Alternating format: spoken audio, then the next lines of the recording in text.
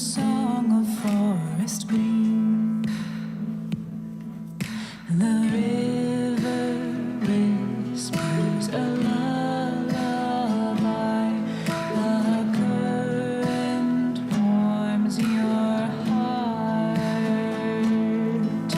The river whispers a lullaby.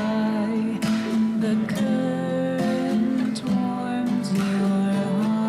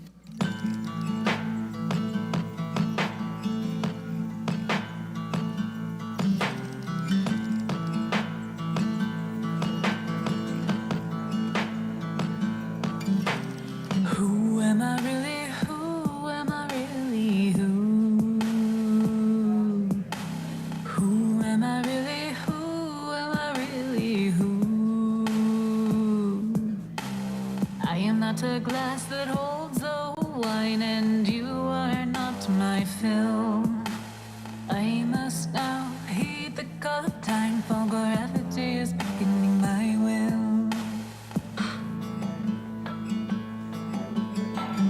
In this feedback loop of positivity, I cannot learn if you keep saving me.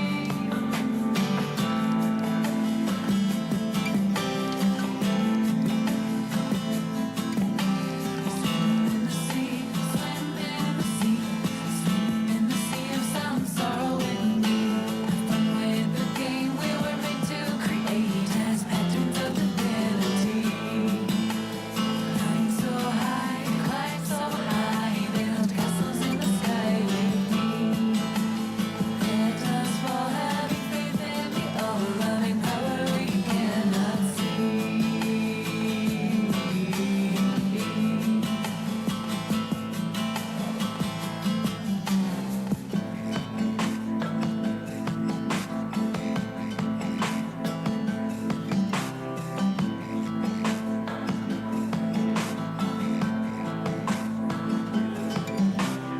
Who are you really? Who are you really? Who are you really? Who are you really? You're not a mirror, for that is a mask that sings a reflection song. When shattered sight beholds the glass, pray tell me, where will you belong?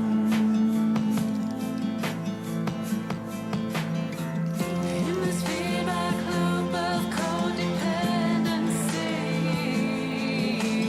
you cannot transform until I set you free.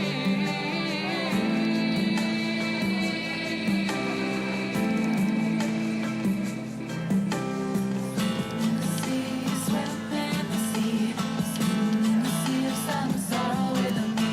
Have fun with the game we were made to create as patterns of divinity. Climb so high, build castles in the sky with me. Let us fall, having faith in the all-loving power we cannot see.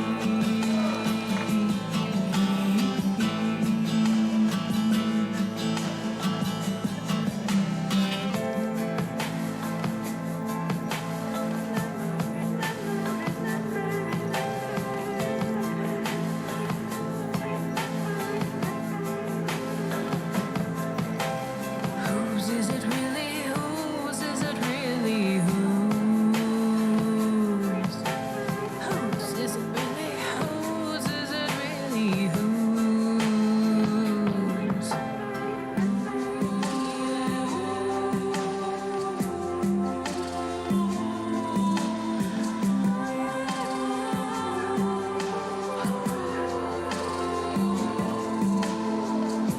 Remember the moon turning the tide. Fear not the shadow, the absence of light. Infinity will turn again and again. The joy and the sorrow is never in vain.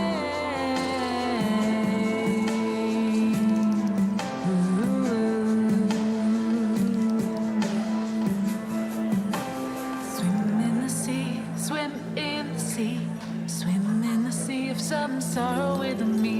Have fun with the game we were made to create as patterns of divinity. Climb so high, build castles in the sky with me. Let us fall, having faith in the all-loving power we cannot see. All-loving power we cannot see. All-loving power we cannot see.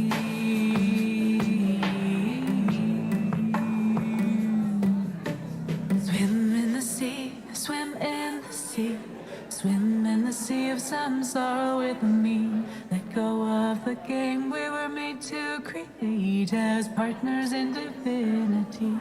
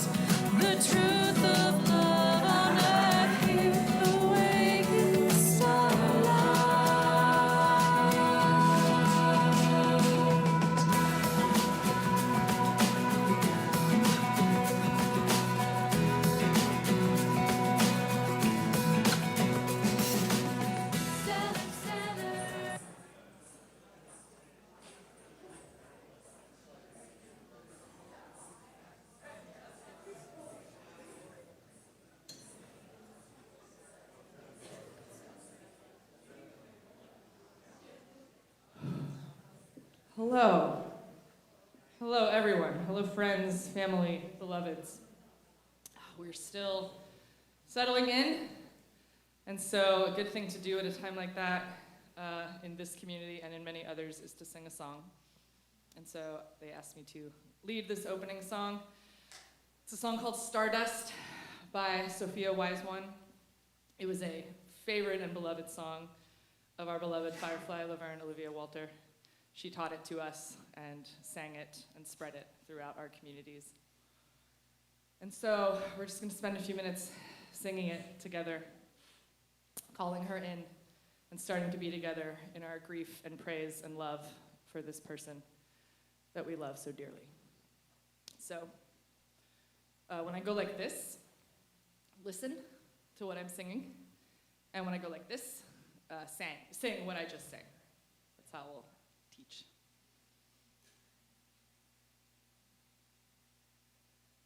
You see, we're made of. Hold on. You see, we're made of stardust. You see, we're made of stardust. Made of song and light. Made of song and light. You see, we're made of stardust.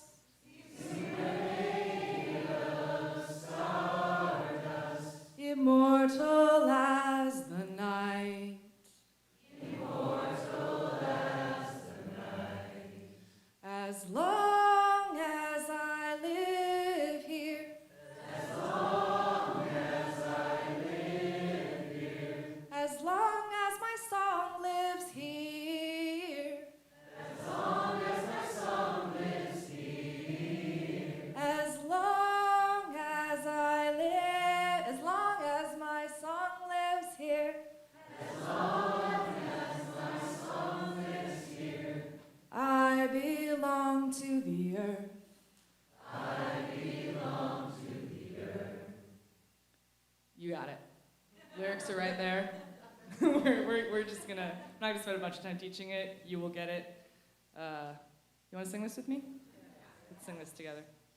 And think about how, thanks to her, and to many of us, all of us, her songs are here now, even though she's not anymore. And so she still belongs to the earth, and she still belongs to all of us, and will live forever in our hearts and in her songs. The song is by Sophia Wise-One. You see, we're made of stardust, made of song and light. You see, we're made of stardust, immortal as the night. As long as I live here, as long as my song lives here, as long as my song lives here,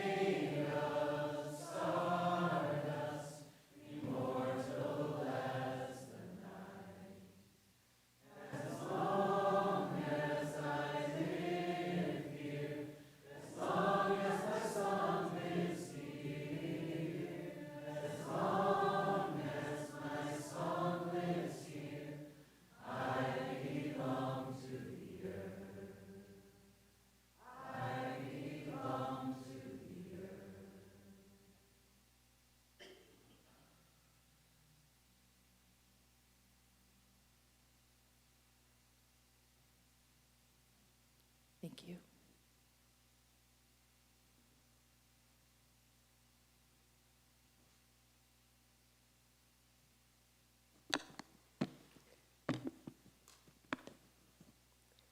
Greetings, beloveds. Happy Saturday to you. I am Reverend Dr. Sunshine Michelle Coleman. I am the proud spiritual director of the Oakland Center for Spiritual Living. And I'm pleased to welcome you home, many of you, because we're familiar one way or another. And as I was sitting here just enjoying the song, y'all are good singers, you know, and you taught a good song. I forget the name. And what came to me is bridge. This is a bridge. This celebration of life of Firefly is a bridge to community. The way I know Firefly and many of the people who were at the launching pad, and we exchanged between here and the Oakland Center, and so we're bridging community today. So I'd like for you to just take a look around, just turn your head or your body, lock eyes with somebody, wave at somebody. We're family here today, and that's the juice I want to stir up in the room, because we, through our grief and through our sadness, are celebrating Firefly's life. After all, if you're going to have a name like Firefly, sheesh. You know, when you think of Firefly, I'm not going to go on and on. I'm not even a speaker other than welcome. But what I'm trying to convey is her lightness and her brightness, even through the challenges that she went through, and the love that she's continuing to give, even now. So think of this as a bridge. So we welcome you, the practitioners and ministers here of the Oakland Center for Spiritual Living, and our members, our congregation, our beloved community. We welcome you and extend our condolences, our love to the family, friends, and community. Blessings to you.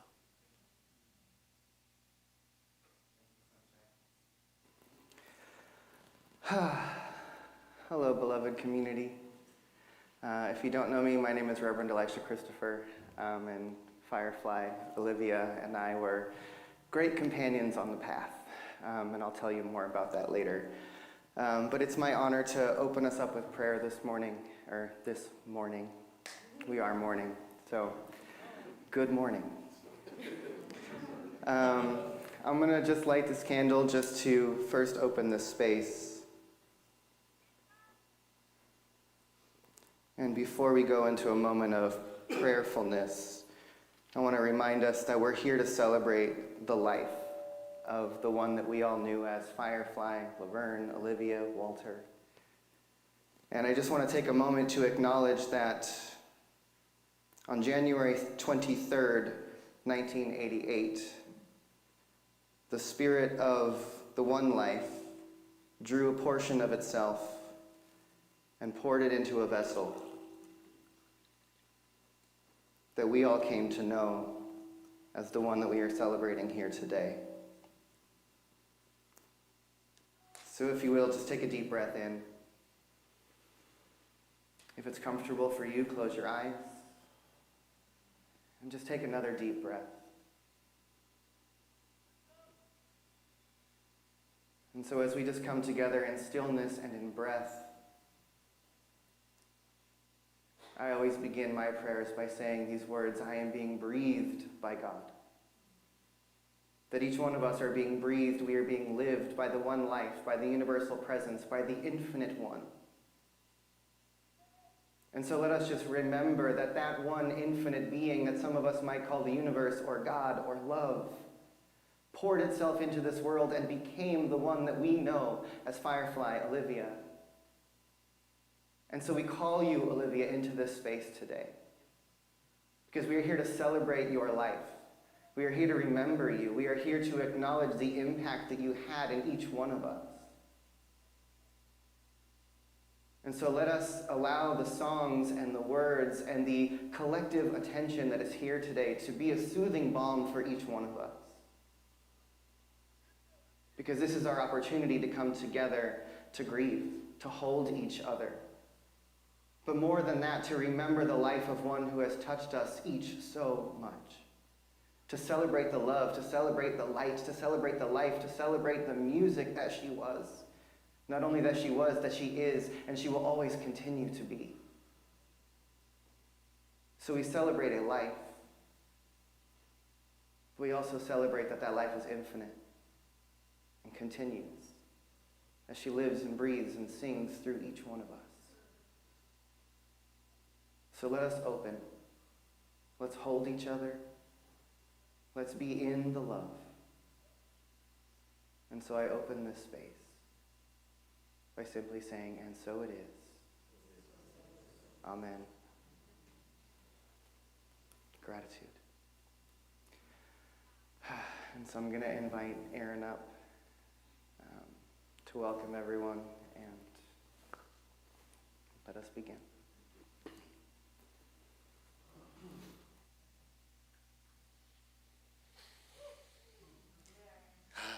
Hello.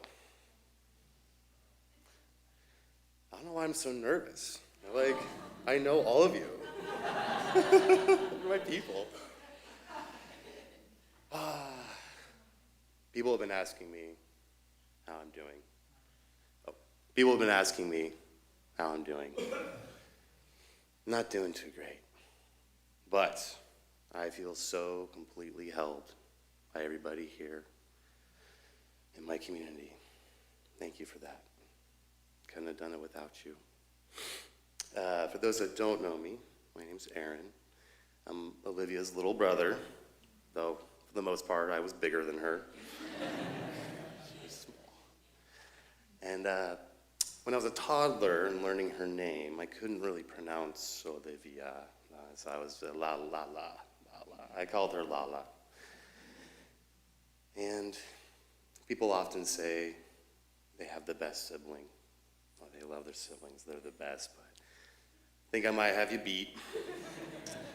I think she legitimately was the best sibling. We had a 6-year age gap, so a lot of things siblings fight over, we didn't really, fight over. She never bullied me. She never would put me down or be cruel. Though she was really good about her boundaries. When we were kids, she would hiss when she wanted me to get out of her room. Because I just wanted to go and hang out with her and her friends. But yeah, she was never cruel.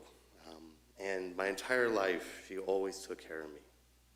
Even though she took most of the brunt of the world, she always took care of me. I was a teenager, a young adult. We both lived in Ashland, and I had no money, no gas. She would come over, let's eat some food, and I always had somewhere to sleep. And so it was hard when she had her accident, August 6th, 2 years ago. I had been a little brother my entire life, and I had to step into being a big brother. I just had no idea how to do that. I've always been the baby. It was just an absolute blessing to have been there for her, to be an older sibling for her for a couple of years. And it's really hard because when I was a teenager, she moved off to college, 6 years older. And so in the back of my head, it was always, I'll see her eventually. I kind of became an only child when I was a teenager, just because she was off living her life. And it's just hard to know she won't be coming back.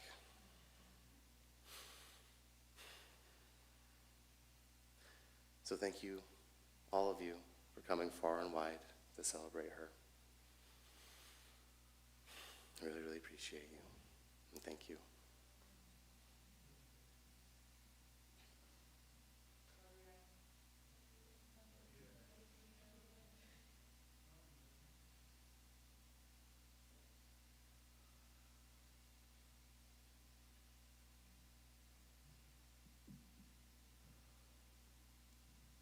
So, Dear friends. for those who don't know me, my name is Today, Stellar. My pronouns are I they and them.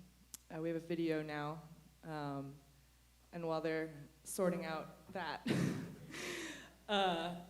yeah, this is Lisa Ferraro, who her and her partner Erika Luckett were, you'll hear about this later, but they were profound impacts on Firefly Olivia and her musical life. And so Lisa could not be here in person today, but she sends this song, and many of us know this song, and even if you don't, she invites you, and I do as well, to sing along as you feel called to.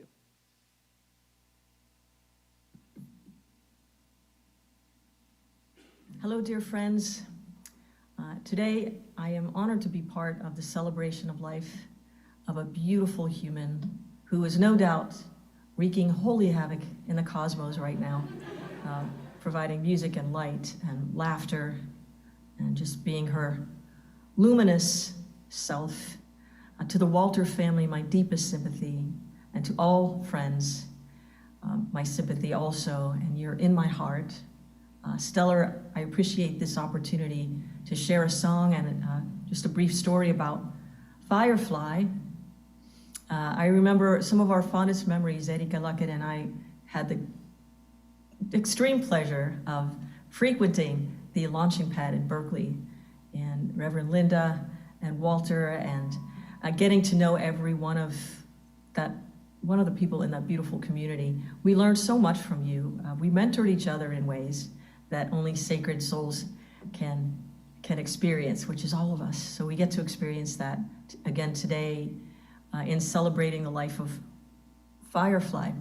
Also, on occasion, Firefly would come over to our home in Emeryville, and just to see Firefly and Erika together, they were very much of the same kind of energy. I think you all get what I mean when I say that. So we would have a nice little visit, and then I would go and do something else, and the two of them would be like the two little mad scientists of guitar, exchanging information, Erika sharing different voicings and ways to tune and do different things, and to watch Firefly take that and run with it and just blossom into an extraordinary musician was something we were both so thrilled about, and what she brought forth was amazing and will be with us forever in our hearts. So now we get to experience Firefly everywhere. Instead of just locating in one space, we can feel the energy of this magnetic, beautiful soul.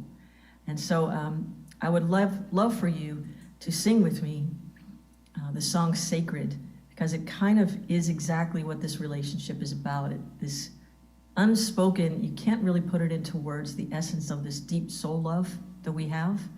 So sacred, so secret, so precious. And then you must share it with the world, because in that sacred, secret, precious place is where, in fact, we are all one. And it's in that realization that we can recognize our oneness with everyone, whether they're incarnate or not.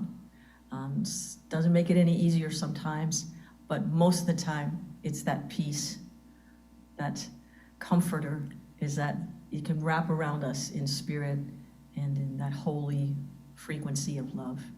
So I love you all, and Firefly, I thank you for the blessings I cherish in the collection of soul images in my heart. You are ever present, and I'm so grateful that I knew you in form, that I may experience you in the formless.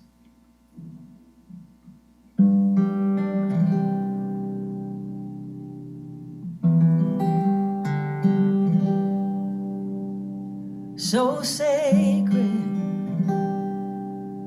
so secret, so precious, this love. So sacred, so secret, so precious, this love. So sacred, so sacred, so secret, so precious, this love. So sacred, so sacred, so secret,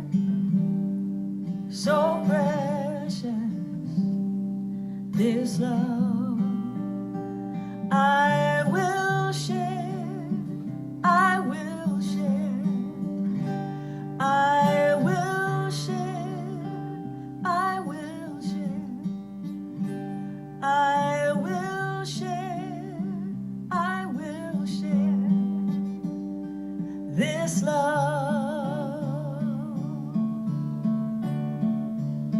so sacred, so secret, so precious, this love so sacred, so secret, so precious, this love I will share, I will share, I will share, I will share, I will share, I will share, I will share this love so sacred, so secret, so precious, this love so sacred, so secret, so precious, this love,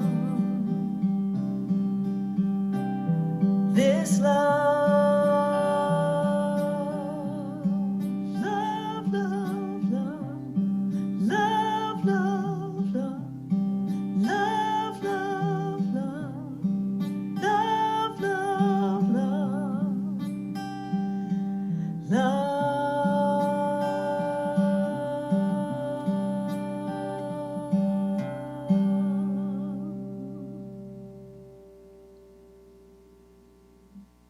Peace and blessings. So much love.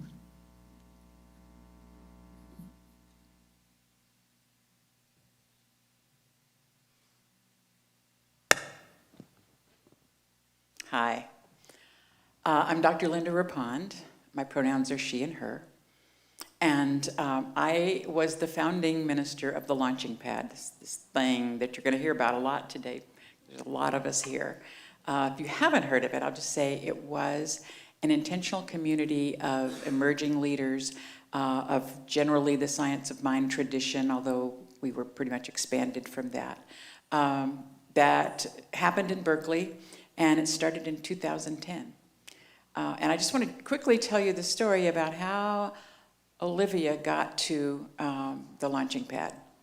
She was hiking in Spain with Jasmine over there. And she happened upon a science of mind practitioner on the trail as they're hiking. And this woman told her that there was a young adult spiritual community starting in Berkeley. And she was like, what? So she called Haley, because Haley knows all these things. And Haley's like, I already live there, girl, get here. So she got on an airplane and came to the Bay. And after she got a couple days with her family, she got on a BART and came over and kind of moved in right then. So that's how she came to me. And there's many of those people are in this room. So I just want to say, to me, the nickname that I had adopted for her a long time ago was Miss Fly. At the meditation retreat that she had named herself Firefly. Shortly after that, I should just start. That was my nickname for her.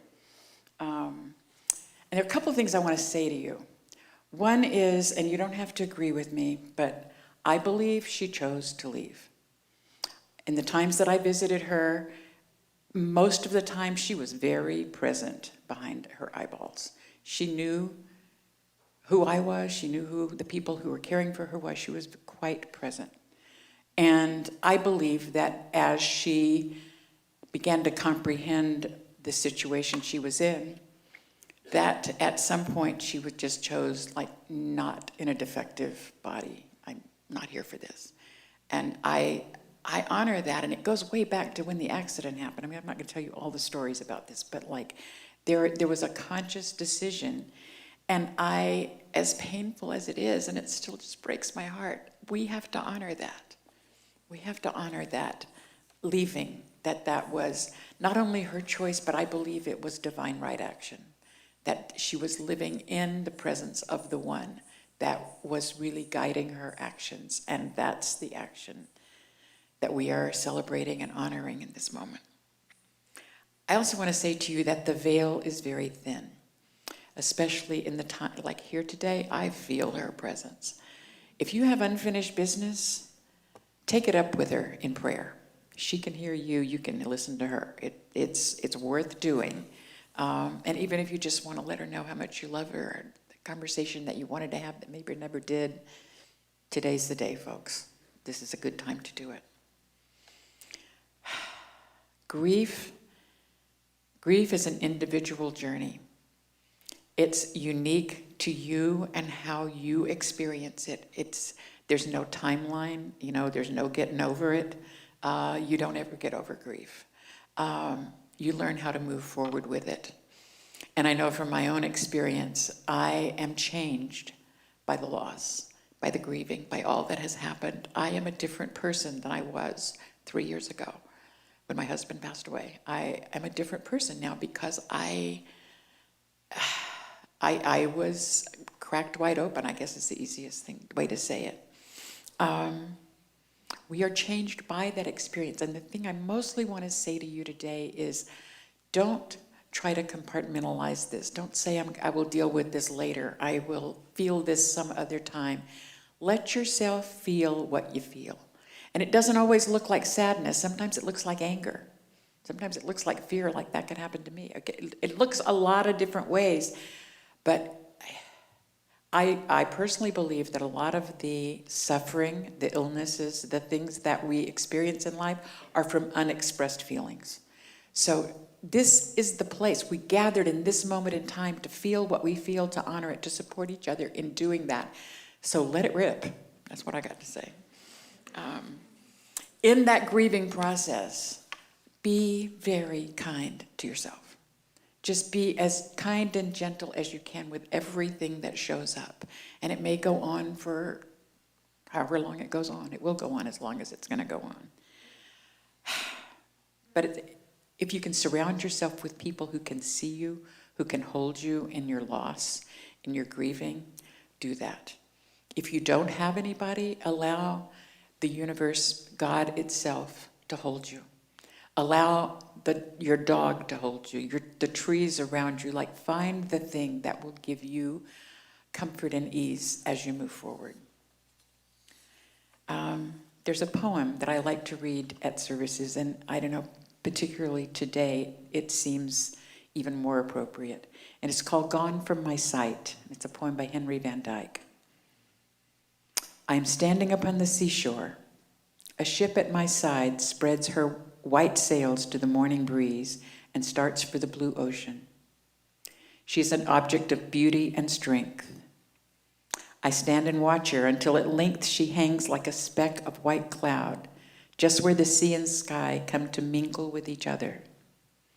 Then someone at my side says, "There, she's gone." Gone where? Gone from my sight, that is all. She is just as large in mass and hull and spar as she was when she left my side, and she is just as able to bear her load of living freight to her destined port. Her diminished size is in me, not in her. And just at the moment when someone at my side says, "There, she is gone," there are other eyes watching her coming, other voices ready to take up the glad shout. Here she comes. I'll leave you with this. You'll hear this song. We will sing this song from Firefly's words herself. Breathe and give thanks. That's what grieving is. Breathe and give thanks. So let her rip today, folks.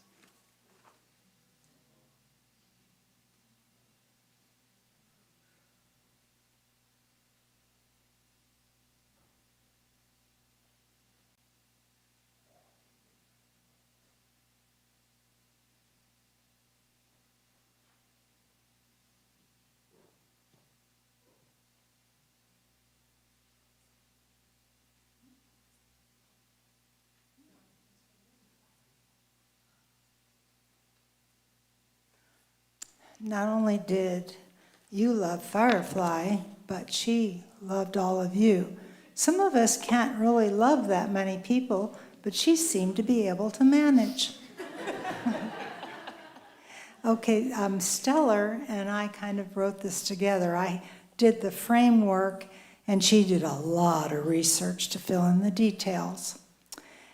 I'm her Aunt Patty on her mother's side of the family. My little sister is 3 inches taller than I am, and I regret that she cannot be here today. So this is a eulogy for Firefly Laverne Olivia Walter. As you know, she was born January 23rd, 1988, and her Aunt Joy was the midwife for Roberta on that occasion.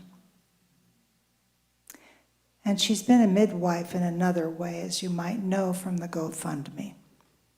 Our beloved Firefly Laverne Olivia Walter passed into the arms of God in May of 2024. She dwells in the hearts of her family and wide circle of friends. Her life will not be measured in years. Remember, Jesus died when he was what? 33. She beat him by living 3 years longer. Take that, Jesus.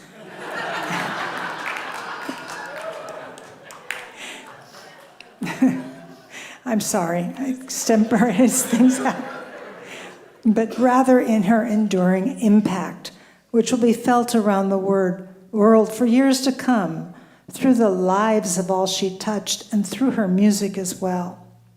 Olivia was born into the arms of parents, extended family, and friends whose love is committed, who share their diverse and very diverse spirituality and generosity of spirit, and whose love of music is woven into all they do.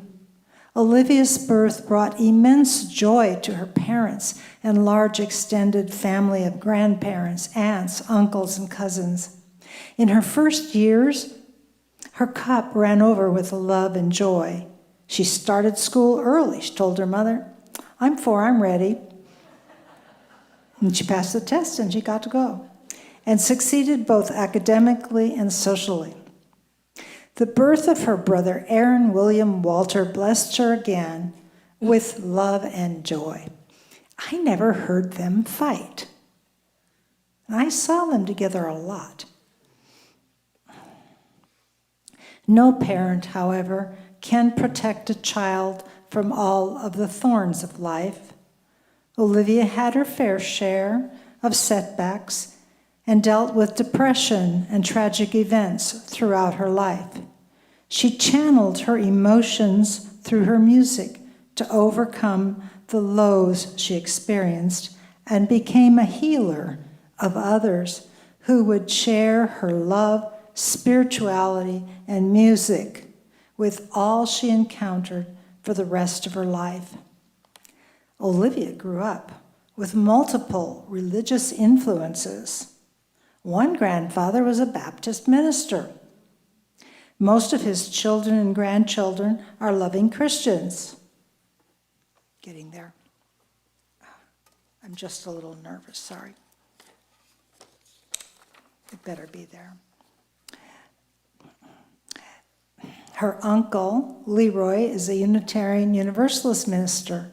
Her mother was deeply involved for years in the Center for Spiritual Living. Olivia was baptized by Reverend Mary, who was the minister of a CSL in Santa Rosa. And Olivia and her mother enjoyed many CSL women's spirit retreats, full of love and joy, making new friends along the way. One pivotal experience that deepened her spirituality and widened her friendships were the years spent at the Launching Pad in Berkeley, a spiritual living experience that you heard about for young adults, founded by Reverend Linda Rapond, who studied with the psychotherapist Jean Houston, and her body of work known as social artistry. In December 2012, Olivia took a trip with friends to the Yucatan Peninsula, and she experienced a moment while lying in her sleeping bag of being surrounded by fireflies. At that moment, with her work in social artistry, this led her to taking her chosen name of Firefly, a representation of shining her light in the world in ways both beautiful and subtle. She was capable of subtlety. Some of us aren't. In 2015, Firefly felt and answered the call to organize and lead an intergenerational social artistry retreat she named the Odyssey. It took place at Jackson Wellsprings in Ashland, Oregon, and this event was repeated for 3 years, and it brought together a wide-ranging community of young adults seeking greater meaning, purpose, narrative, and spiritual tools in their lives. How many of you were there at least once? Look at that.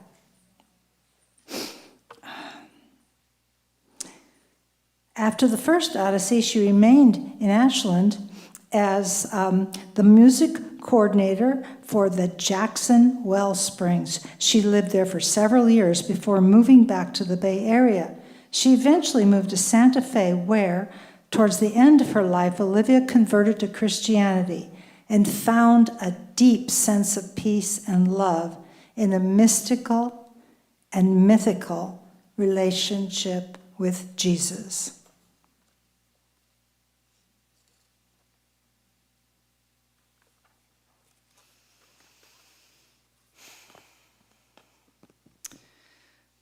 Just a heads up, I helped Patty write this long before I knew she was going to ask me to read this. So I come up, this is the musical portion, so I'm just going to be referring to myself, if that's okay with you.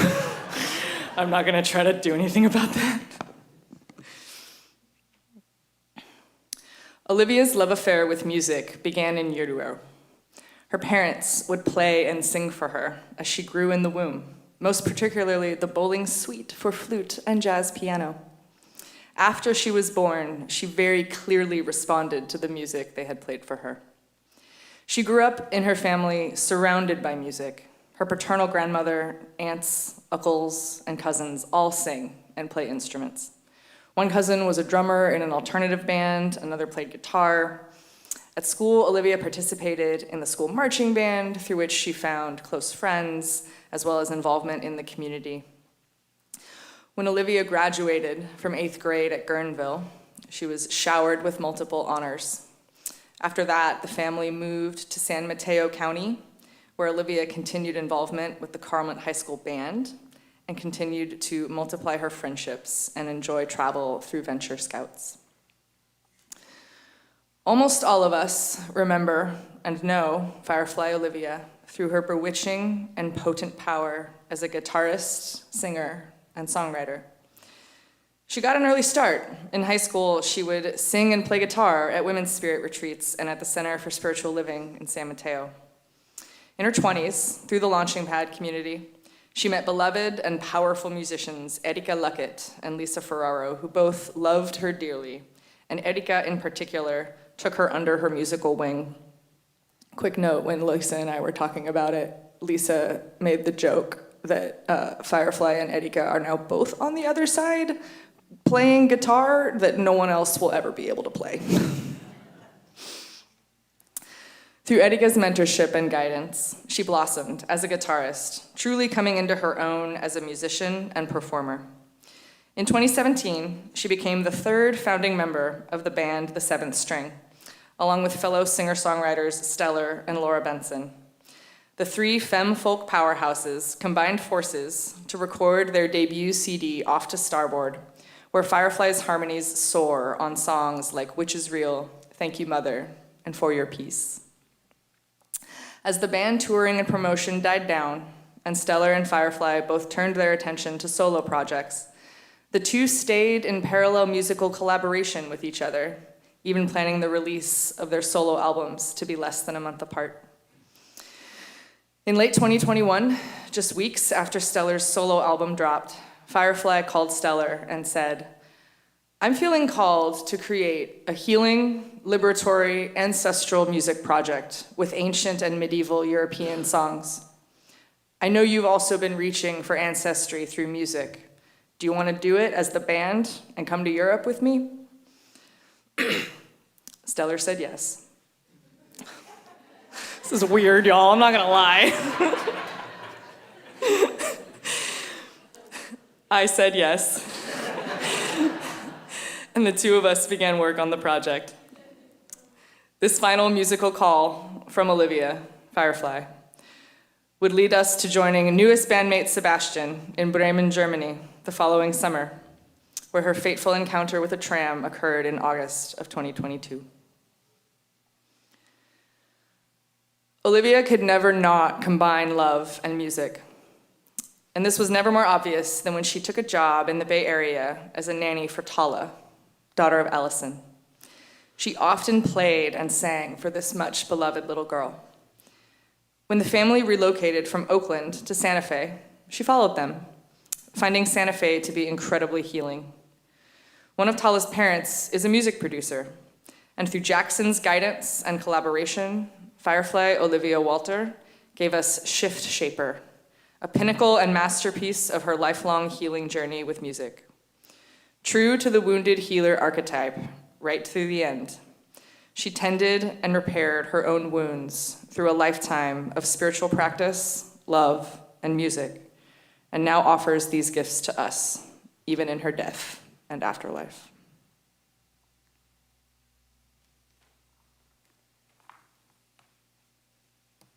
I have to mention that Sebastian is here all the way from Germany. Yeah, probably the person who came from the farthest. And his wife. Lilia. One of Olivia's songs from her EP feels particularly relevant to our gathering today, where she sings that grief and praise are one and the same. We carry a terrible sense of loss and grief, yet we remember and love her every day and gather today to praise her and her beautiful, loving life. Olivia's maternal grandfather, Laverne Wenzel, was a crooner who died long before she was born. She often sang his signature song and made Nature Boy utterly her own. The last verse summarizes the beauty of her spirit and soul and her greatest gifts to all of us she leaves behind. And my dad could never get through this song without crying.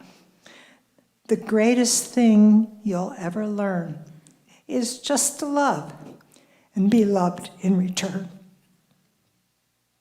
Sorry again. I knew I was going to lose it at some point. Thanks, Stella.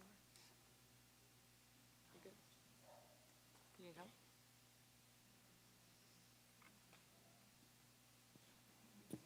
Eli, it's Mosaic. So I just wanted to give a little introduction to what is about to come next.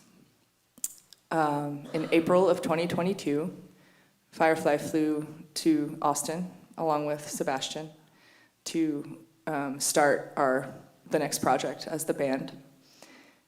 And the three of us did a show together. It was our first show. We did not know at the time it would be our last. And in true Firefly Olivia fashion, the last 2 years, we've truly thought that we didn't have a recording of this show because the recording that we knew existed didn't record properly. We just found out recently that there was another source of recording. So the next band album is gonna be that. That's my to-do for after today. But so there was a recording, even in the original one, that did come through, and it was a song that she sang and an introduction that she gave to that song. And we knew we had to play that song at the memorial, and it became very clear to me this week, because we were prepared to do it ourselves, but it became clear to me that, to quote Jackson, her producer, this is her chance to speak. And so what you're about to hear is Firefly, she says specifically, it's Firefly speaking, speaking to the future, truly. So, yeah.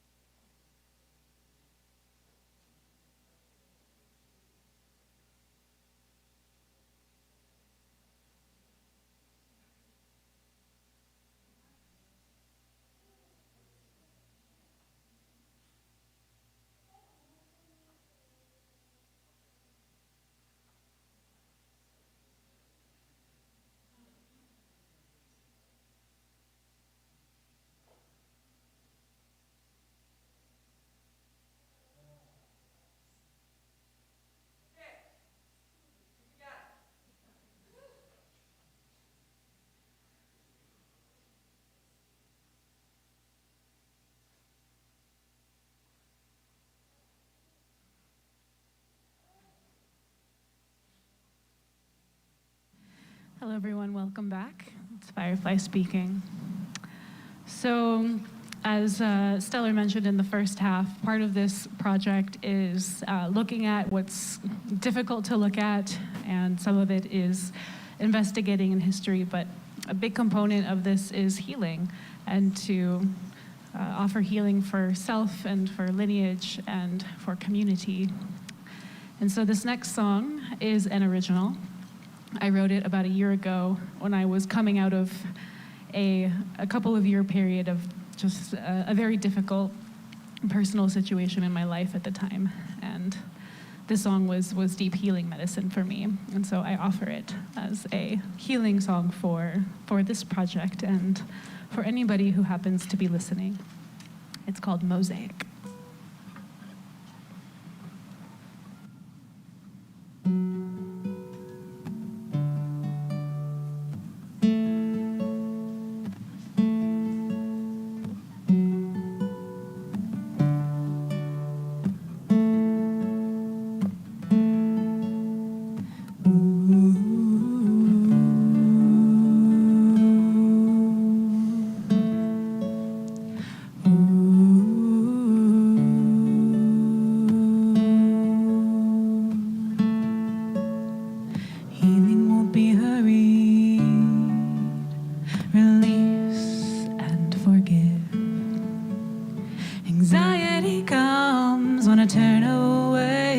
from the gifts of darkness. Once again, fear gets in my face and says, I'll show you all the cracks. If you don't sacrifice for what you want will be taken instead. Do these beliefs even belong to me? I lean back and listen to what love has to say.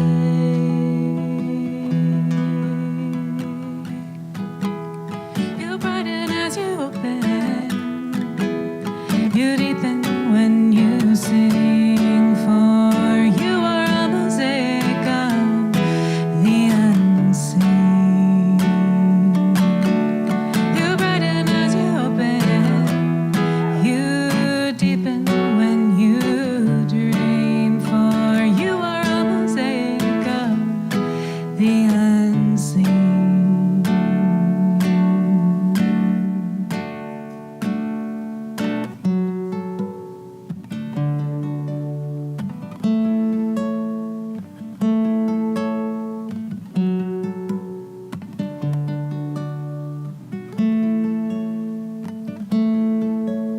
Sometimes I wonder if I write poetry instead of praying, 'cause I'm lazy. But the beingness of life is so beautiful, it aches sometimes. Once again, love shows me the way and says it's okay to relax. If you have an offering, you can let it spill from your eyes behind the mask. Do these beliefs even belong to me? I lean back and listen to what love has to say. You brighten as you open, you deepen when you sing, for you are a mosaic of the unseen. You brighten as you open, you deepen when you dream, for you are a mosaic of the unseen.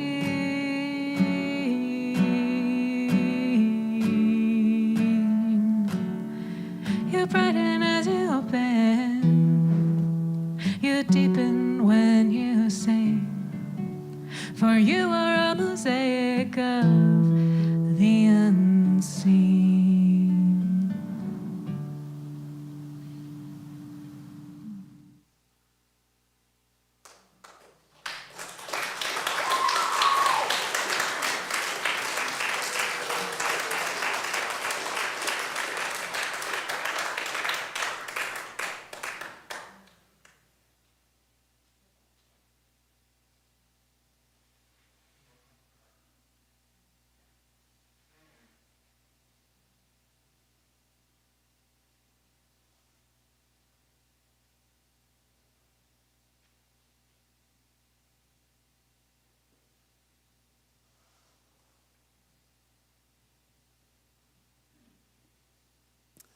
Hello, I'm Leroy Aikenberger. I'm Firefly's uncle on her mother's side. Her mother, Roberta, is listening to us now via Zoom, hearing us now. I noticed that on the order of service, someone drew the image of a firefly. Did you notice that? Oh, there's the artist over there. Now, that artist studied firefly, the image of the, it's a beetle, actually. You studied it so much that you know their light comes from the back of them. And you can see that on the image. That's the part of them that lights up.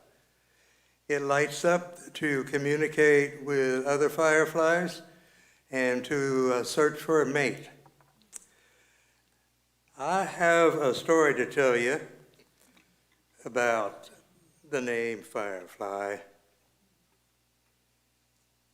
12 years ago, in 2012, in the state of Oaxaca, Mexico, Olivia Walter was at the Rainbow Gathering, celebrating, yes, that just fits so well with her, the Rainbow Gathering, celebrating the end of one Mayan calendar and the beginning of a new one.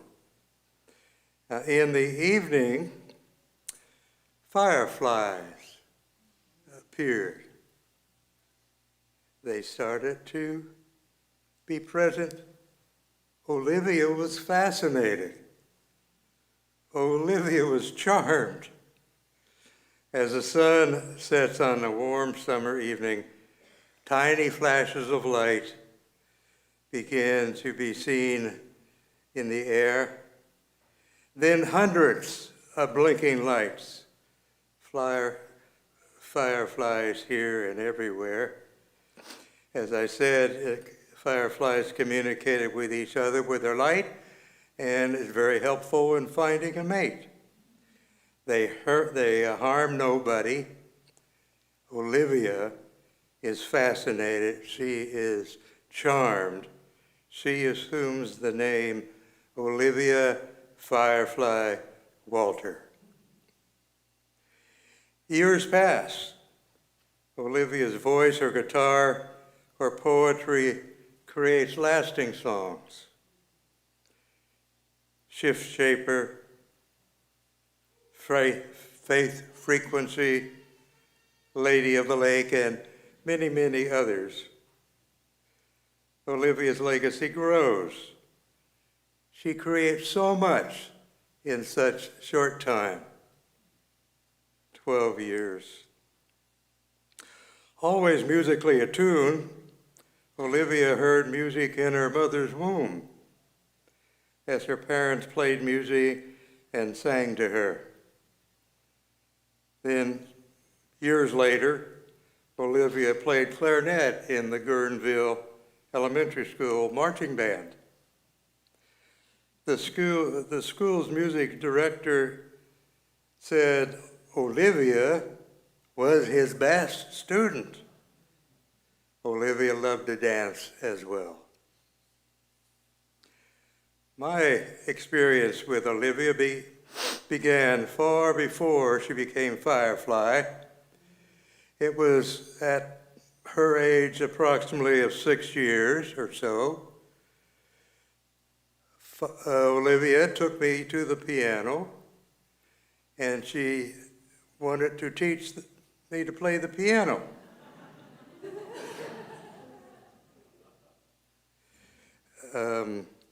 Yes, but I was a poor student. I gave up. I did not become the piano player that Olivia might have helped me become. Then in recent years, Olivia passed on to me this very fine suit. Very kind of her to give me this fine suit, and I'm wearing it today in memory of the gift. Olivia Firefly also passed on to me a bit of wisdom. Before she sang singing widely and publicly, she hesitated doing so. Why did she hesitate doing so? Because she thought, maybe I'm not good enough. The truth is, Olivia's skills with guitar, voice, and spirit were far, far better than just good enough. Thank you.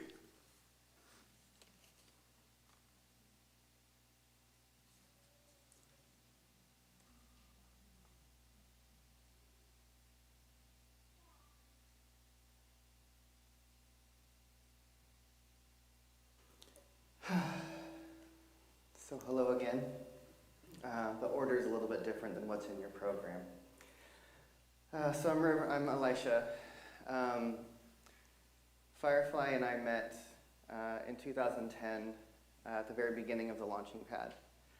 And I've been really wrestling for the last few days of really what is important for me to share with the time that I have here. And I could tell you about our times at the launching pad and our travels across the country with Gene Houston and social artistry and the journeys halfway across the universe and back, and all the various ways that we learned from each other. But the thing that has been feeling most important for me is, when she took the name Firefly, one of the things she shared with me is that she didn't change her name. She enhanced her name. That she was born Laverne Olivia Walter, and she added Firefly to the beginning of that. So she became Firefly Laverne Olivia Walter. F-L-O-W. Flow. And the Firefly that I knew had a direct line to the universe. And she was someone who I watched always following that guidance from somewhere else. And that if she set out on a day and she was going to go turn right and Spirit said turn left, she would turn left. And then she would come back with this wild story about all the people she met and the magical things that happened and the lifelong friends that were now part of her existence. Right? Many of us probably met her on some of those random turns. Right. She was someone who every step of her life followed something more. And in my mind, she was one of the most pure individuals I've ever met. That she was a pure channel. That music came through her unfiltered. Sometimes she would tell me, if you could only hear the music that I'm hearing, and then eventually we would. And I remember a few years ago when she started to feel this call to go to Germany, to go to Europe, to engage in this project with Stellar and the band, and to go seeking her ancestors and their music. And I watched over a year this something that said, you have to go do this. And she said yes to that. And even to the very last day of her life, she had plans to do one thing. And she woke up that morning and had a deep intuitive call not to leave Germany to go to Spain, but to stay there. And when she went to go figure out why, the accident happened. I will spend the rest of my life trying to understand her faith in that something more and how it led to that moment.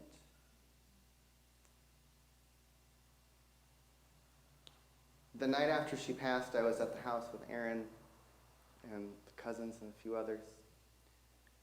And we stayed there overnight, and I had a dream that night that all of us and thousands more people were all in a great big room. And if you've ever done improv and someone says freeze, everyone in the room was frozen in mid-scene, except for one person. Firefly was moving around the room and repositioning every single person, changing their direction, changing their posture, changing who they were standing next to. And then the scene pressed play, and she disappeared. And I woke up that next morning and remembered that the album that she gifted us before they went on this journey was called Shift Shaper.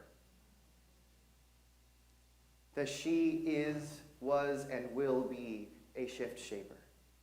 And what I truly believe is that since the accident, before then, after that, even through now and beyond, she is continuously changing each one of us.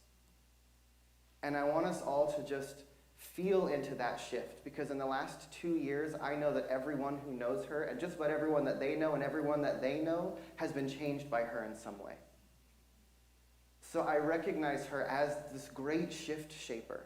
And I don't understand why she made that decision that day, but what I know is that all of us are different because she did.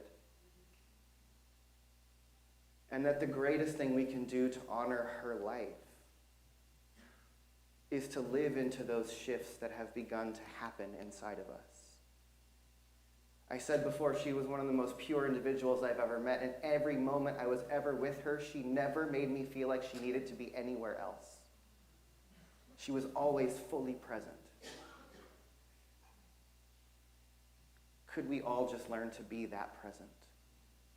Could we all learn from her how to have a deep faith that will lead us into unseen places, but knowing that there's something greater at work here? And so I trust that in the 35, 36 years that she lived, one thing I know is that she lived more in that time than most people live in 80 or 100 years. And so I'm never going to say that her life was cut short, because I know that she lived fully and completely. And that her life is an invitation to each one of us to do the same, because we never know what's around that next corner. But if we live wholly and completely, each and every day, remain completely, fully present with the people who are in front of us, and open to allow that something more to come through us and guide us, then she lives on in and through us. And so that's all I have to share right now. So thank you.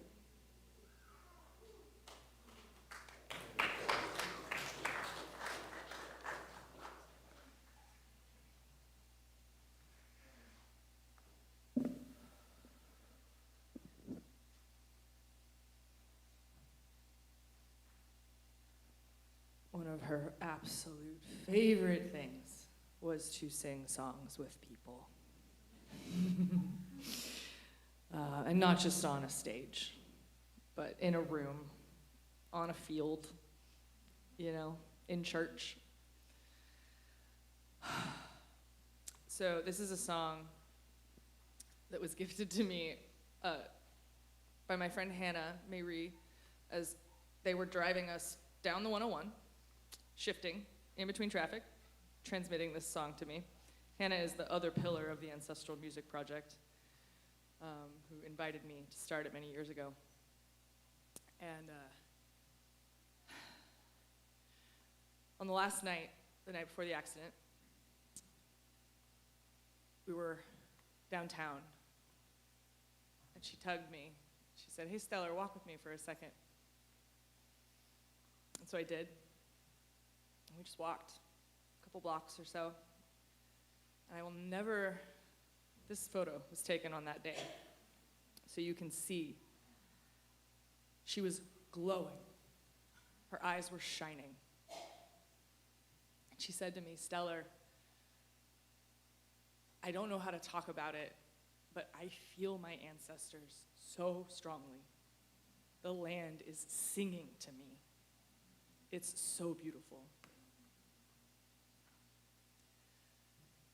And so when Hannah taught me this song, I knew immediately that it was, among other things, a song to honor her here today. All of us together. It's a song by Helen Yeomans, and it's called Home, I'm Going Home. It has two parts. I'm only going to teach one of them.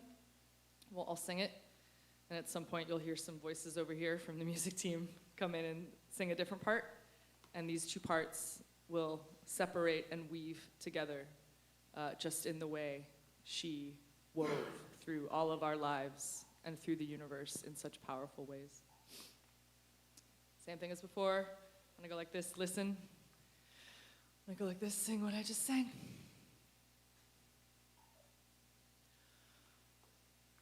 Home, I'm going home. Try that.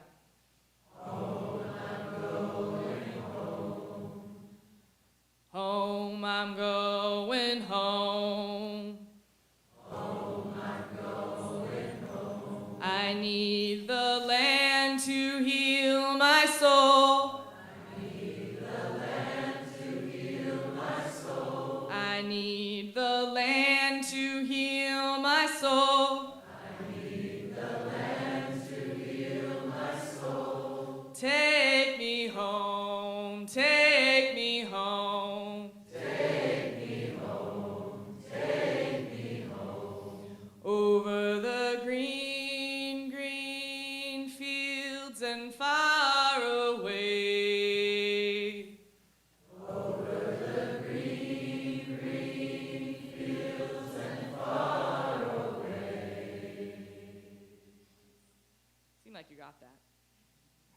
sing the second part, just so you can catch it, and then feel free to join as we do it. Home to the motherland, home to the motherland, home to the motherland, over the green, green fields and far away. So when you hear that, feel free to join in on that. She went home, y'all. She's home. She is, I don't know what y'all's experience is, but I feel her laughing and singing and just weaving through us all the time. All the time I hear her singing. So let us collectively honor her choices that led and guided her path and send her home to our hearts and to the infinite. Well, I'll start on the first part. Home, I'm going home. I need the land to heal my soul. Take me home, over the green, green fields and far away. Home, I'm going home. I need the land to heal my soul. Take me home, over the green, green fields and far away. Stand if you like and are able. Home, I'm going home. I need the land to heal my soul. Take me home, over the green, green fields and far away. Home.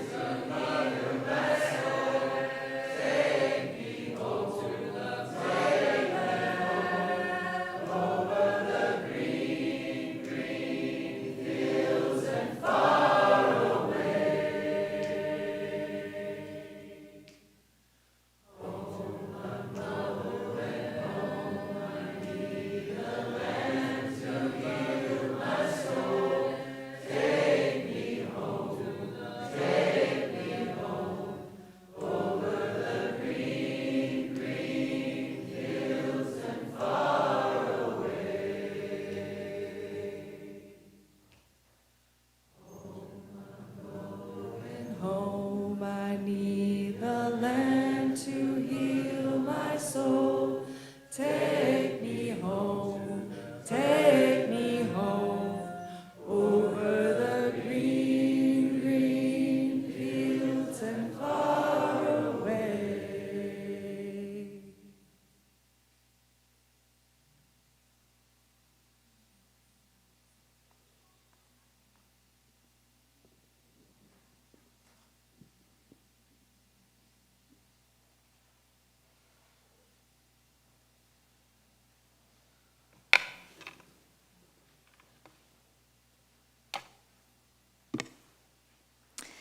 So I am here to speak on behalf of Roberta.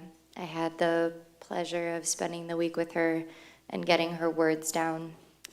Very much wish she could be here, so I thought it would be important if we could just take a moment and send some love to Roberta right now.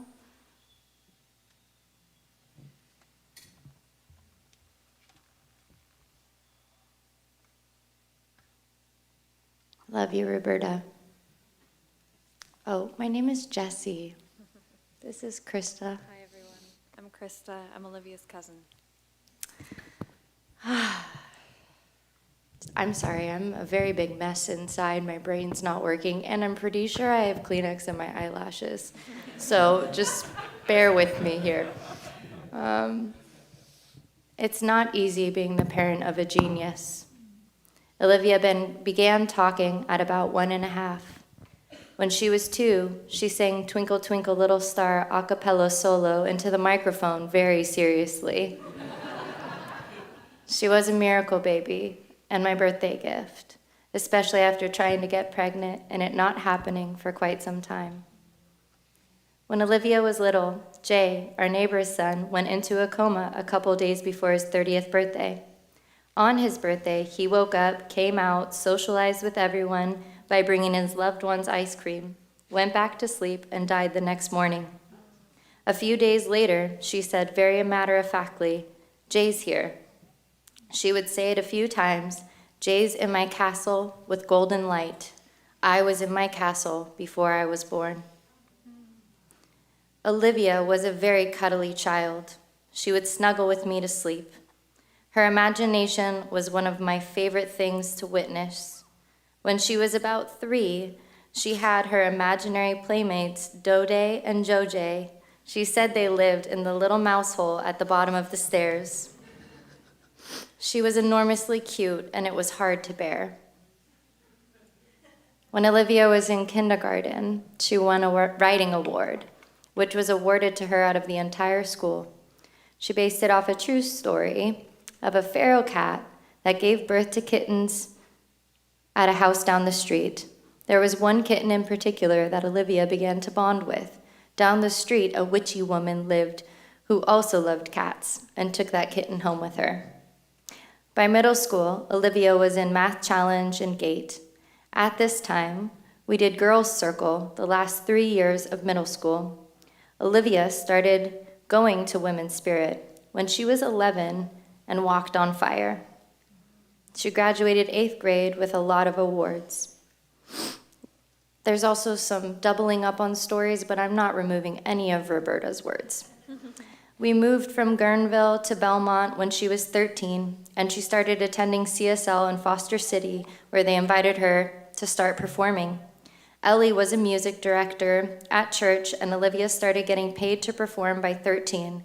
She was a self-described band geek, where she played first clarinet and also joined the Venture Scouts.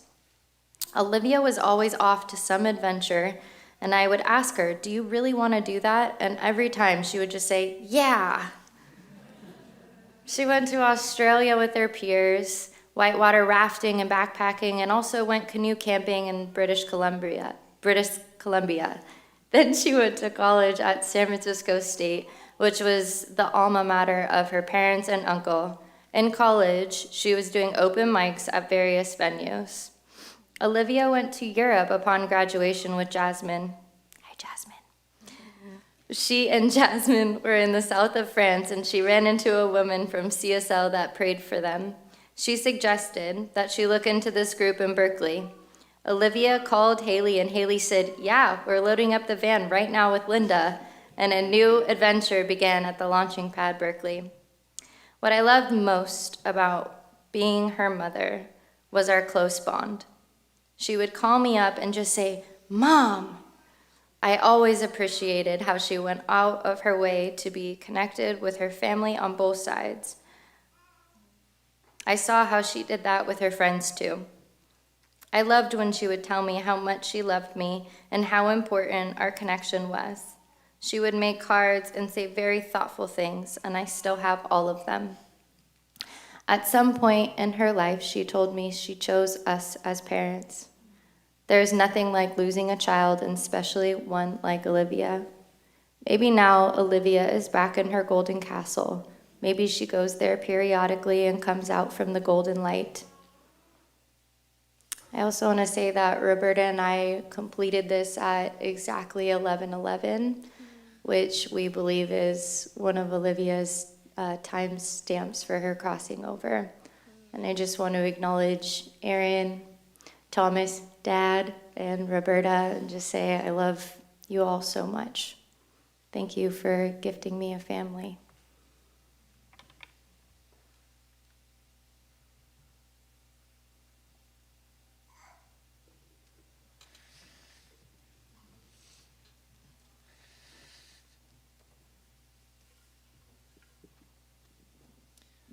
So, many of us have already put this together, but she left us a worship song.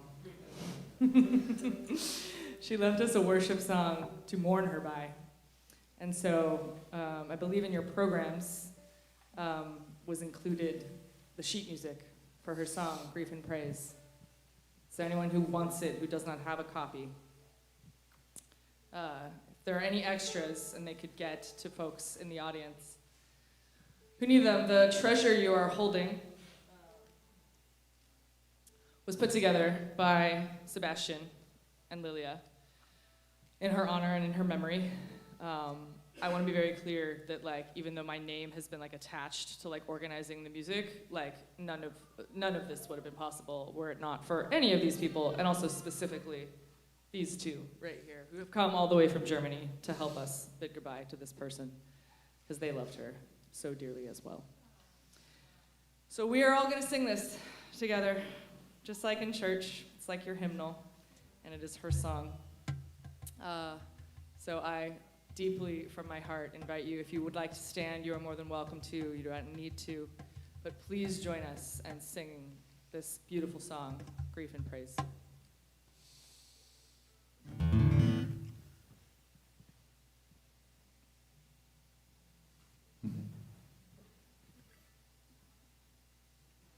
Mike.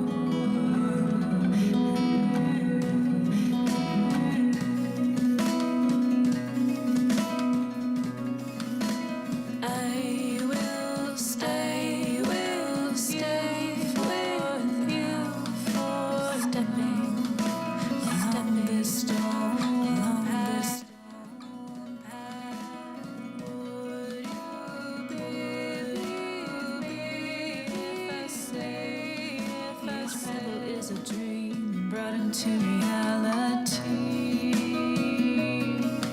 Each pebble is a dream brought into reality.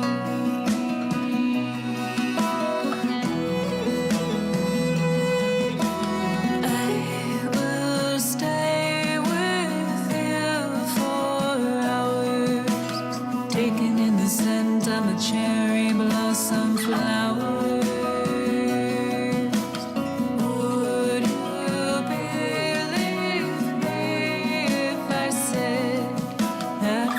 You enjoy because you took the time to plant the seed. That fragrance you enjoy because you took the time to plant the seed.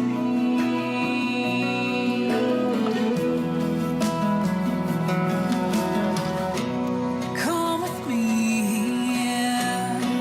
Come with me into the dance of your being. We will sing the poetics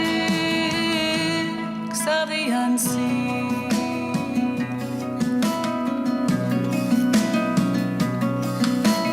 I will stay with you for days, soaking up the sun's rays. Would you feel it wise to discover the sovereignty of compromise? To discover the sovereignty of compromise.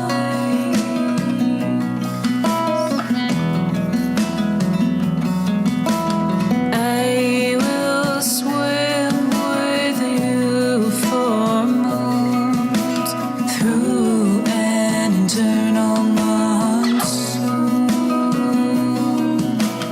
Would you please release your fears? For these waters are only your unshed tears. These waters are only your unshed tears.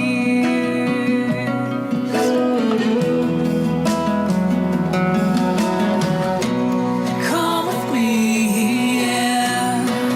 Come with me into the dance of your being. We will sing the poetics of the unseen. Come with me into the dance of your dreams. We will bring the poetics of your dreams into reality. We will bring the poetics of your dreams into reality.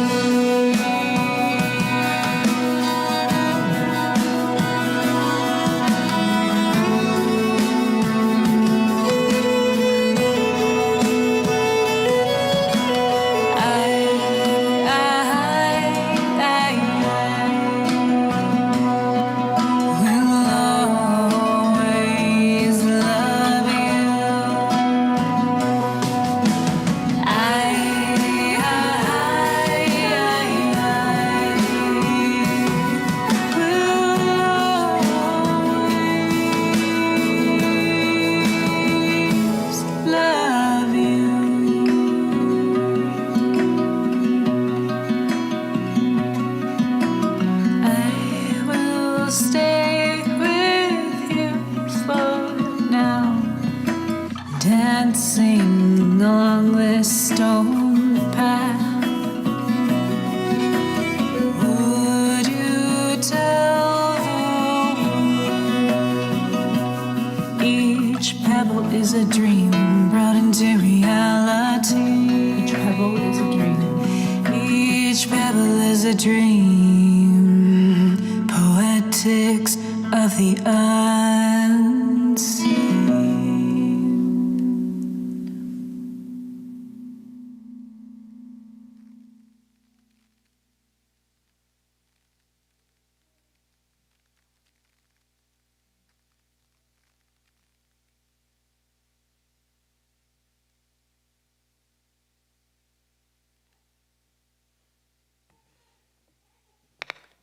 Hello, my name is Paul, and I'm honored to say hello to Olivia's beloved community, because I see it and I feel it. I've never met anyone more intentional, and hearing all of the stories about her living her life and in that intention just makes me remember of when I met Olivia.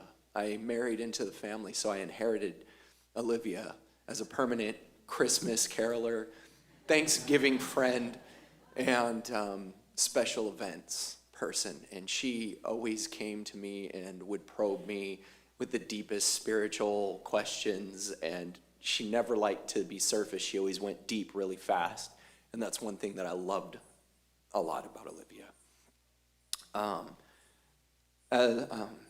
As Tom and Roberta and Aaron asked me to represent the conversion of her heart to Christ, I was terrified because, that's all I know is my faith and my walk with Christ, and she seemed so advanced and so far beyond me.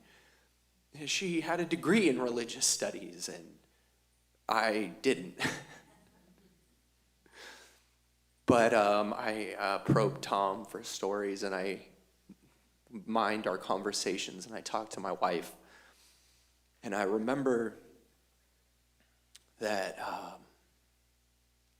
when she called us to tell us about getting baptized to Christ and in her faith, she expressed fear about all of you. She loved you so much. And I know what that's like. I know that fear of being ostracized or people aren't going to understand. And I hear that she annoyed more than a few people with talking about Jesus over and over. It's like, yeah, we know, we get it. Yeah, Jesus too. Sure. Okay, calm down.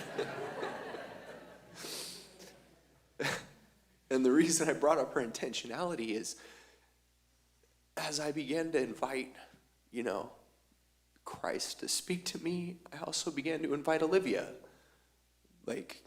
Tell me, what is it?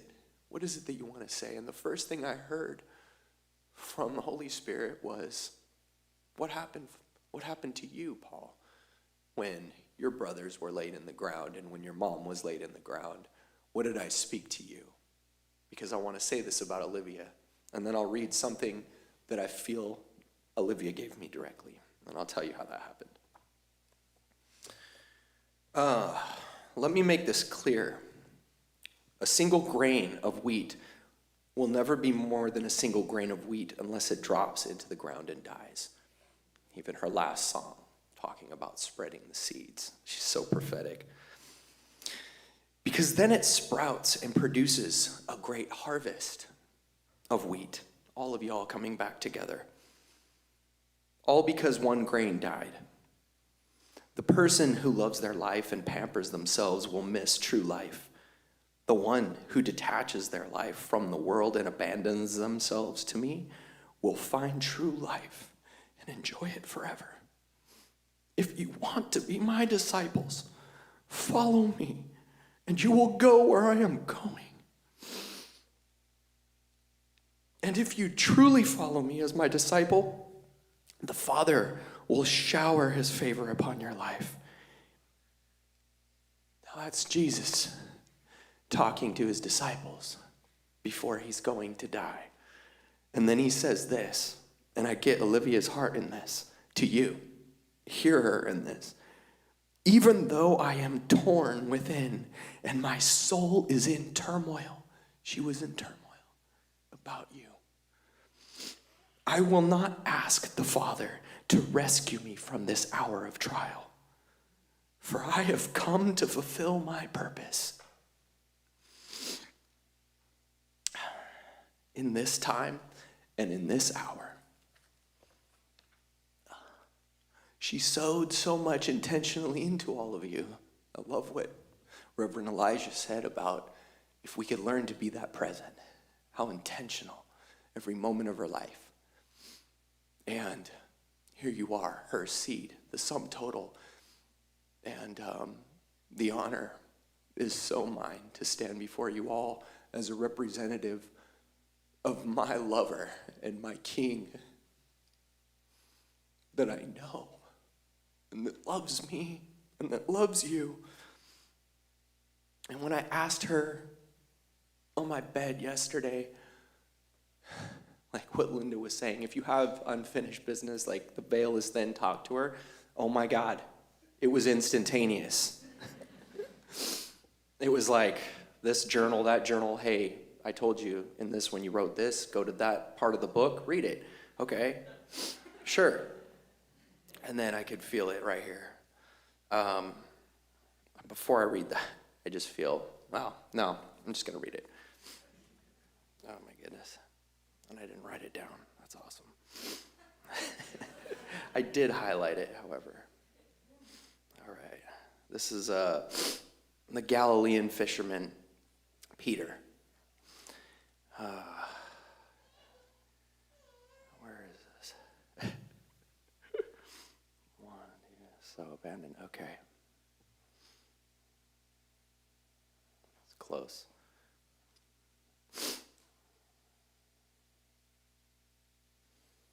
Yeah. Sorry, Olivia. Gosh, spoke it to me and then I didn't write it down. Can you believe that? Here it is. It's called growing in holiness, being set apart, unlike anything else. So abandon every form of evil, deceit, hypocrisy, feelings of jealousy, slander. In the same way the nursing infants cry for milk, you must intensely crave the pure milk of God's word. For this milk will cause you to grow into spiritual maturity, fully nourished and strong for life, especially now that you have had a taste of the goodness of Yahweh and have experienced his kindness. So keep coming to him who is the living stone, though he was rejected and discarded by people, but chosen by God and is precious in God's sight. Come and be his living stones. It was so clear to me how she gathered the stones, how she would turn left or right when she was told to go left, and gather the living stones together, building up a spiritual house of worship. And hearing Stellar sing her song with her words echoing out was otherworldly. It was comforting. It was grief and it was praise. So remember her, the sum total of her, and all of your conversations that you had right up to the point of her not being able to communicate verbally. She was very intentional with what she chose to share with you. Know that. Don't be afraid. Let it speak to you. Let it guide you. And God bless you.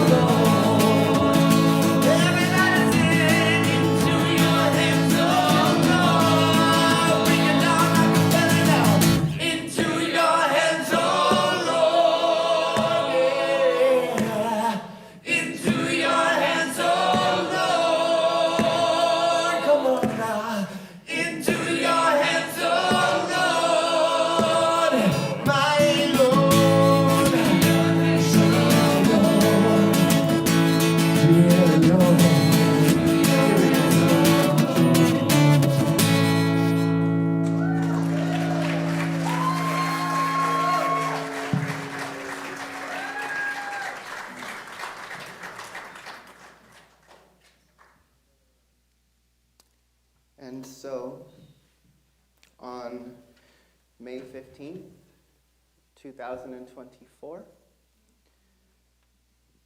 the Spirit called that portion of itself home. And the one that we knew as Firefly, Laverne Olivia Walter, returned to the one source, became part of the infinite from which she came.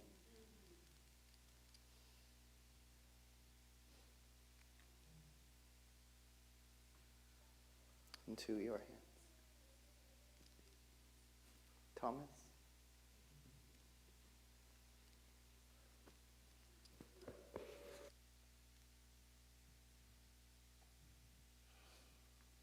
Barely heard a thing from baby Cosmo. We had a divine moment with baby Cosmo and Olivia. Olivia held that baby on her chest, and we had a precious season.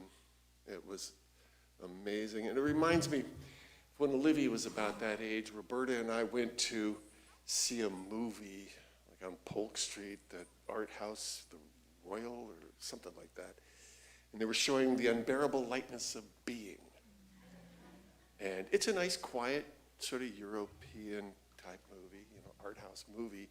So we brought our young child with us, and Olivia was happy as long as I was standing and holding her. But if I tried to sit down, she started to fuss.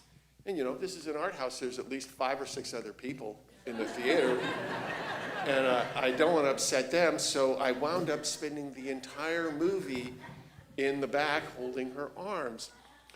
And a curious effect of this was for about 3 days afterwards, I was extremely sore.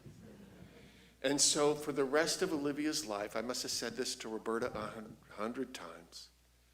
Whenever I would be missing Olivia, she'd be gone or on an overnight or something, I would miss her and I would feel it in my arms, the aching.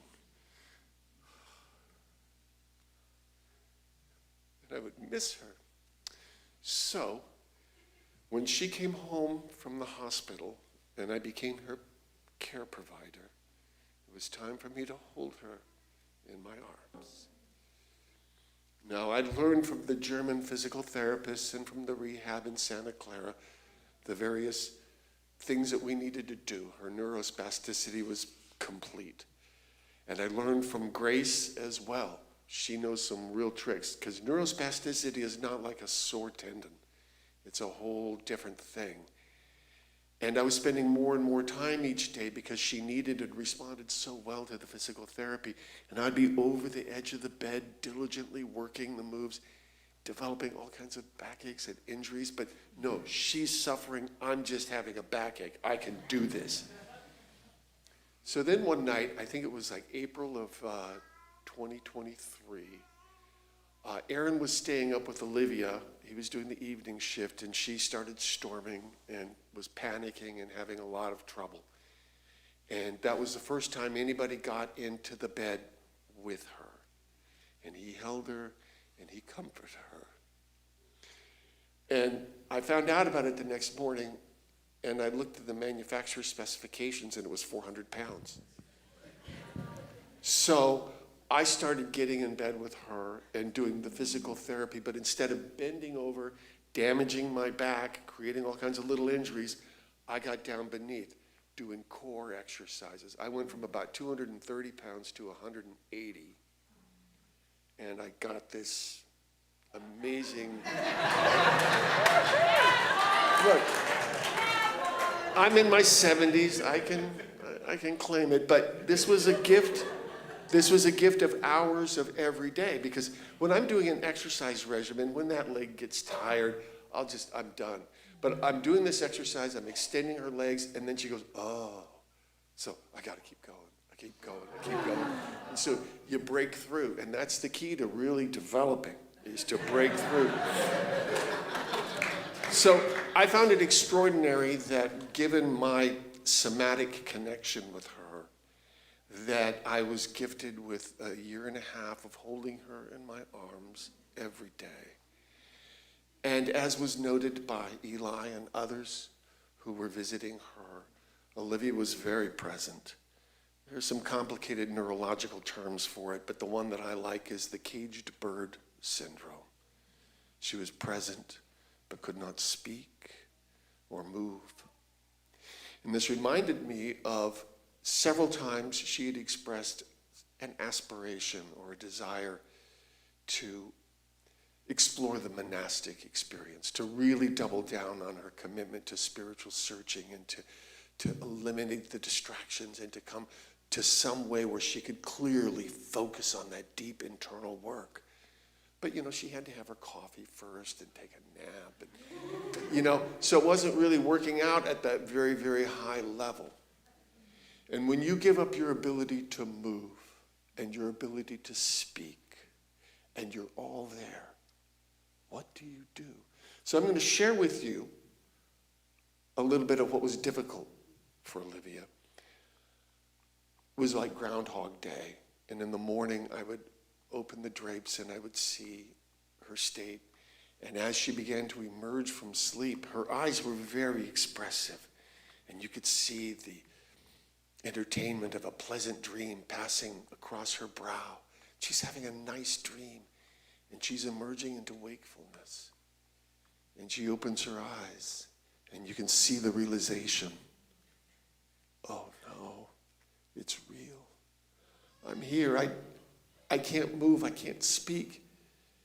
And every day, she would walk that journey from that realization of loss. And we would begin our work every day. And she would find her focus. And she found ways to communicate back to us. So I want to share with you the time that she exerted the most effort to communicate with me. And the whole time we were there. See, every morning we generally start with prayer, and prayer is a good space to get to when you're working with this sort of thing. And one day we'd been gifted with a candle that had 2 wicks in a little case. And so that morning as I was beginning to pray, I lit both candles. And in the prayer I acknowledged that although only one voice is speaking, that there are 2 hearts lifted up in prayer at this moment. And that was the time that Olivia chose to show me her greatest desire to communicate. Yes, she was there. She was present. She was my teacher and companion. And watching her find the strength to do her spiritual work in the midst of the loss of everything. I watched the calluses on her fingers fall away. The calluses on her feet fall away. Her muscles atrophy. But as she compressed, she expanded. And you could see that she was in graduate school. She may have gotten a degree in religious studies, but this was graduate school. So, what I need to say, I don't think I can say today, because what I need to communicate is an extraordinary sense of gratitude. When this happened to Olivia, spontaneously and immediately a community formed, and it sustained, and it became active and tangible and real, and it provided us so much support on so many levels, and it's an outgrowth of who she is and the life that she lived. So, one of the anecdotes I would like to share, even though I need to share thanks, and that's on me. I have an aspiration, and maybe in the weeks or months ahead, I will begin the process of acknowledging the many, many incredible acts of such generosity and caring that I've observed and witnessed from you. I need to do this. It's a part of my process. But today, I don't have time to list 1 or 2 or 3 or how many. We have hundreds. But I am going to list one. And that's Roberta.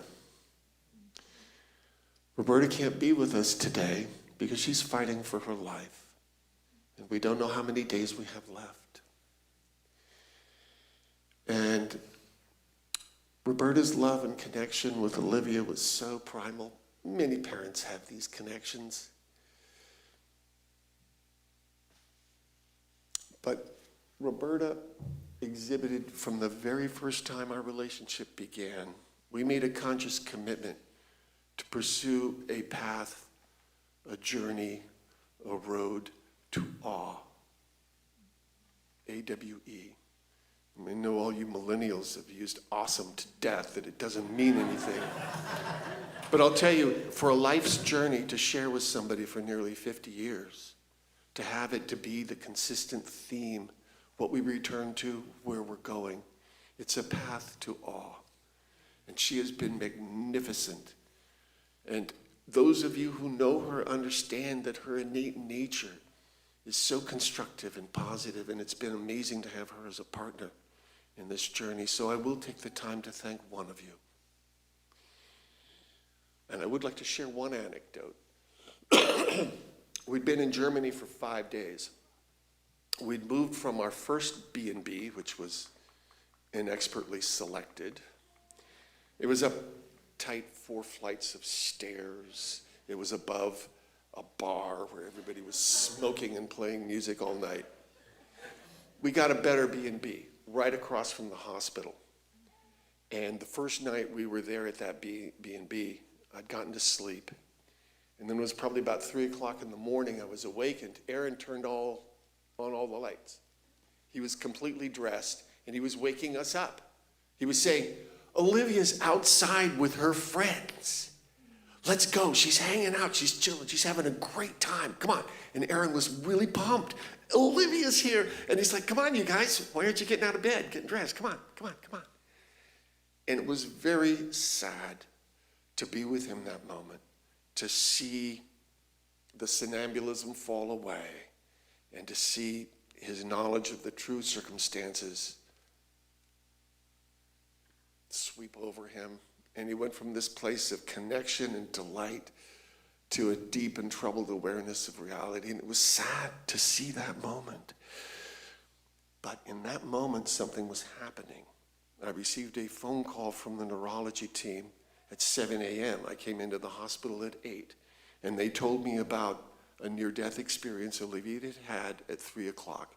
They showed me the cerebral spinal pressure, the pulse rate, the breathing rate. She checked out. She checked out. She came to visit Olivia. She came to visit Aaron. She came, and they were in a mood to party, right? So the veil gets really thin here. Aaron was fast asleep. Olivia was having an NDE, and they wanted to party in the street, okay? So that's what's happening here, even though we feel it. But we have a gathering afterwards where we can share and break bread. And I welcome everyone to share Olivia's life with us and celebrate her passing. Thank you so much.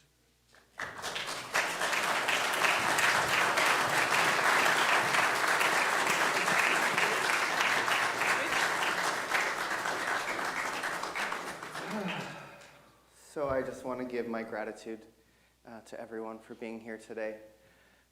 In just a moment, the band is going to sing us out with one more song that we're all invited to sing. And then everyone's invited to stay for the rest of the afternoon. There's going to be some food in the courtyard, and then we have an open mic in the social hall next door. So the party's actually just getting started. So do spend your afternoon with us. Get to know each other. There are people here from all over Olivia's life. Let's share some stories. Let's spend some time with each other. And we'll give, we'll have this closing song that is called Stellar. And Stellar is going to tell you about that before we wrap up. So thank you everyone for being here today, for honoring our beloved. Yeah. Let's stand for our beloved.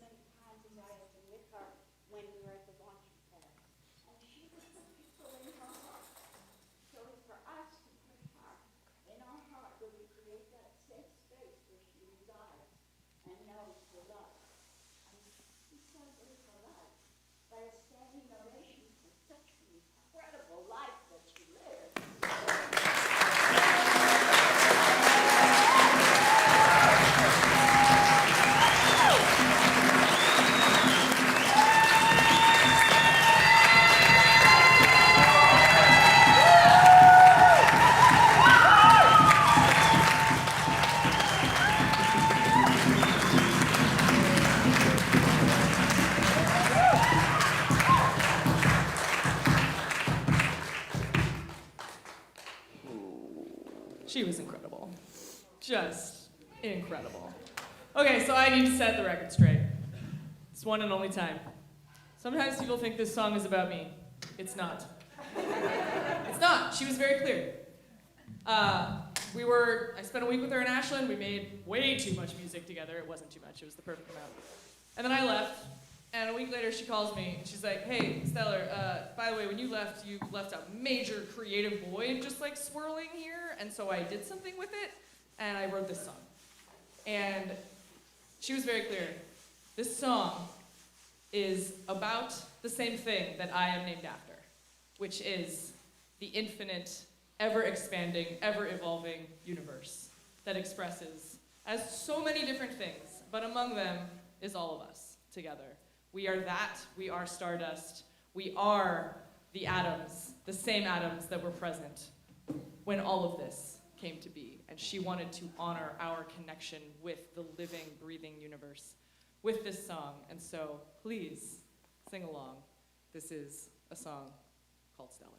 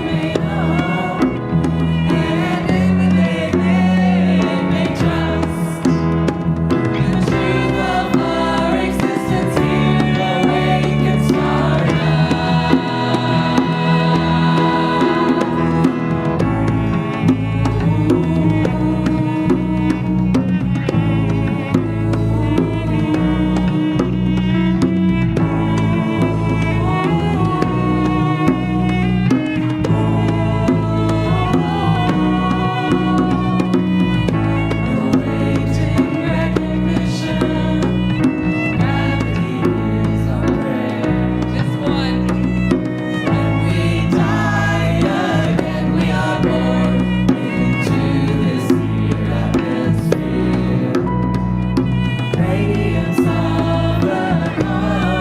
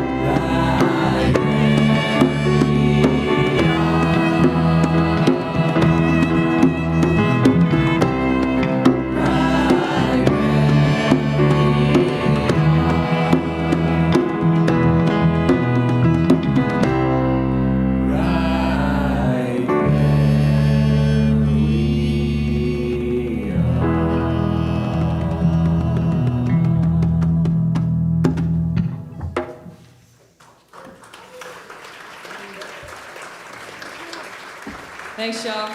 There'll be food outside. Please join us in the community. Much love.